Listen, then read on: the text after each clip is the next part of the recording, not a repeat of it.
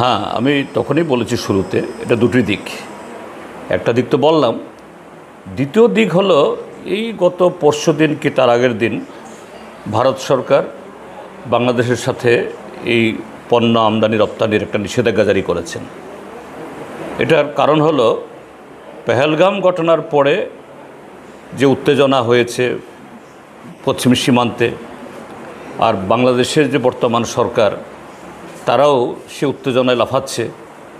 এখানেও ভারত বিরোধী নানা ধরনের এই কথাবার্তা হচ্ছে বাংলাদেশে বর্তমান সরকারের আশ্রয়ে প্রশ্রয়ে, এবং ইদানিংকালে খুব করে দেখা যাচ্ছে যে বাংলাদেশের থেকে অবৈধভাবে ভারতবর্ষে এই মানব পাচারের সবটা মিলিয়ে যে আমাদের সরকার, যেটা আমার অনুমান, যে এই চলমান পরিস্থিতির কারণে এটা সাময়িকের জন্য এই নিষেধাজ্ঞা জারি করেছেন।